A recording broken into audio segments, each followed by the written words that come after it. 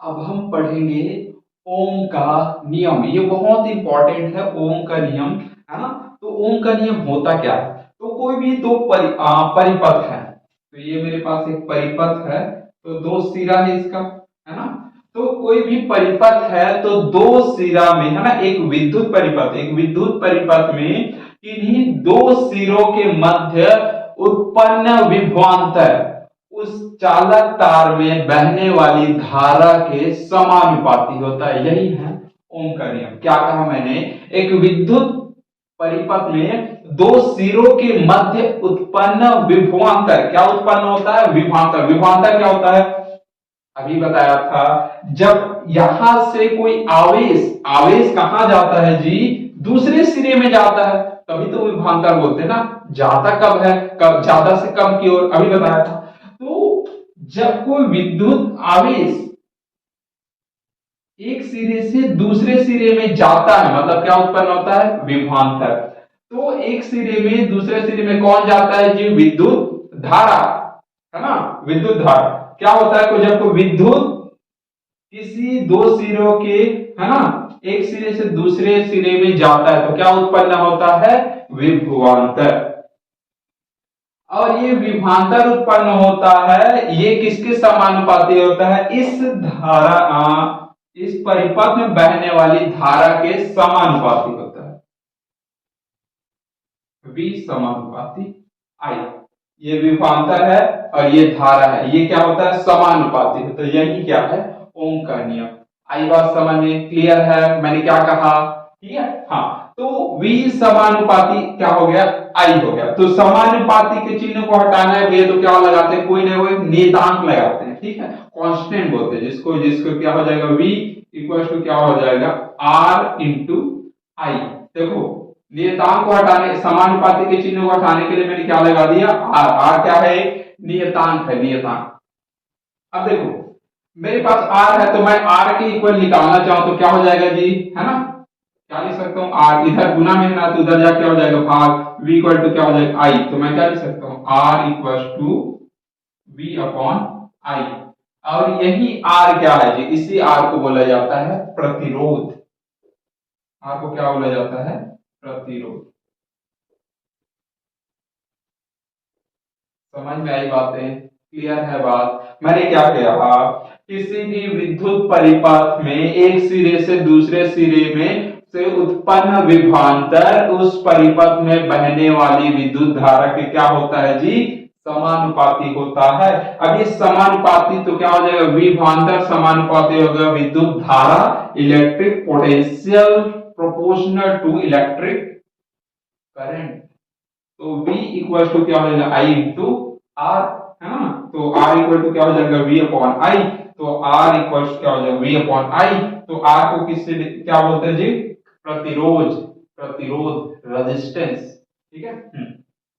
तो अब सर ये प्रतिरोध है, तो प्रतिरोध का कोई ना कोई मात्रक होगा, यूनिट होगा। तो इसका मात्रक क्या होता है? प्रतिरोध का मात्रक होता है भैया ओम, ठीक है। हाँ, ओम नमस्ते, ठीक है। चलो बढ़िया। ओम, तो ओम को दर्शाया जाता है इस तरह से, ये उसका सिंबल है ओम का। क्लियर है बातें? समझ में आई बातें कि क्या होता है ओम का नियम, ठीक है। प्रतिरोध इक्वल टू क्या होता है? विभवांतर अपॉन क्या हो जाएगा जी? करंट, विद्युत धारा। तो जो विभवांतर, विभवांतर का मात्रक क्या होता है जी? वोल्ट होता है। चलो ठीक है, वोल्ट होता है। और विद्युत धारा का मात्रक क्या होता है? एम्पियर। एम्पियर। तो प्रतिरोध का मात्रक क्या हो जाएगा? वोल्ट प्रति एम्पियर, या फिर क्या बोल देंगे? ओम। दोनों सही, वोल्ट प्रति एम्पियर या फिर ओम, ठीक है डियर फ्रेंड्स। अब हम देखते हैं धारा, प्रतिरोध व चालकता। मतलब कि जो प्रतिरोध होता है, प्रतिरोध क्या होता है एक्चुअल में? प्रतिरोध किसी भी विद्युत धारा के मार्ग में उत्पन्न अवरोध को क्या कहते हैं? प्रतिरोध। क्या कहा मैंने? जैसे कि कोई समझ लीजिए, कोई तार होता है, तो तार कई बार देखा आपने गर्म होता है। गर्म क्यों होता है? वो प्रतिरोध के कारण होता है।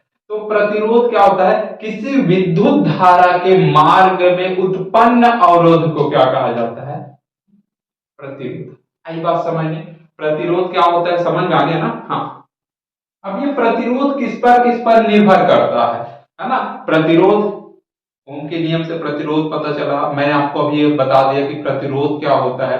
कोई भी विद्युत धारा है तो अवरोध उत्पन्न हो, तो ये किस पर निर्भर होता है कि प्रतिरोध का मान कम या ज्यादा। समझ में आई बातें? ठीक है, तो प्रतिरोध किस पर निर्भर होगा? तो ये निर्भर होता है, ये होता है उस चालक तार के लंबाई के समानुपातिक। तो क्या कहा मैंने? कोई भी प्रतिरोध है तो वो चालक तार के लंबाई के समानुपातिक। चालक तार की क्या है?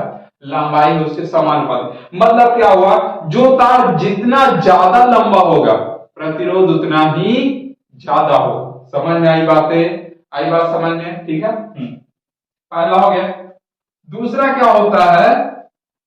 उसके क्षेत्रफल के व्युत्क्रमानुपाती होता है। प्रतिरोध उस चालक तार के क्षेत्रफल के व्युत्क्रमानुपाती। क्षेत्रफल मतलब कि मोटाई से समझ लीजिए आप। अब मेरे पास तार है, तो आपने देखा होगा घरों में जो बिजली का खंभा लगा रहता है ना, जहां से हम घर में वायर लाते हैं, है ना, तो उसका तार देखो मोटा लगा रहता है। क्यों मोटा लगा रहता है? ताकि उसका कम प्रतिरोध मतलब कि विद्युत धारा आसानी से चला जाए। आई बात समझ में? क्लियर है बात? मैंने क्या कहा कि मोटा रहता है मतलब प्रतिरोध कम है, प्रतिरोध कम है मतलब आसानी से विद्युत चली जाएगी। आई बात समझ में? अगर पतला है तो उतना ही ज्यादा प्रतिरोध उत्पन्न होगा।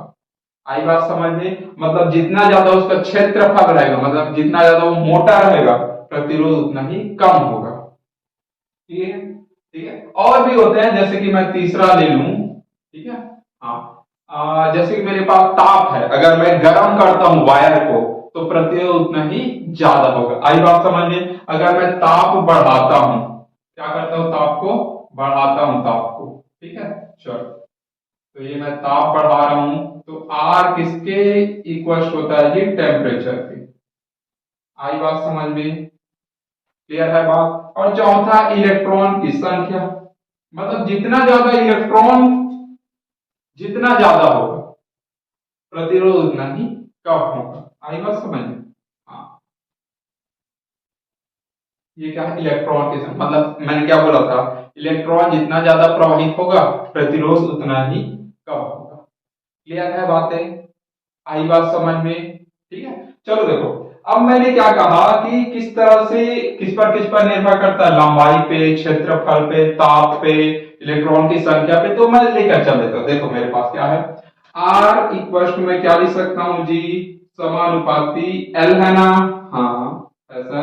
इसको है ए है क्या जी? हाँ, मतलब कि आर किस पर निर्भर कर रहा है? एल समानुपाती, ए क्या है? व्युत्क्रमानुपाती। आई बात समझ? ठीक है। अब देखो, रो समानुपाती की चिन्ह को हटाना है तो मैं क्या लगा देता हूं? नियतांक, है ना? हाँ चलो, नियतांक लगा दो जी। तो नियतांक अपन लगा देते हैं रो। रो एल अपॉन ए। अब ये रो क्या है सर? रो एक्चुअल में इसे बोला जाता है प्रतिरोधकता। क्या बोला जाता है इसको? प्रतिरोधकता।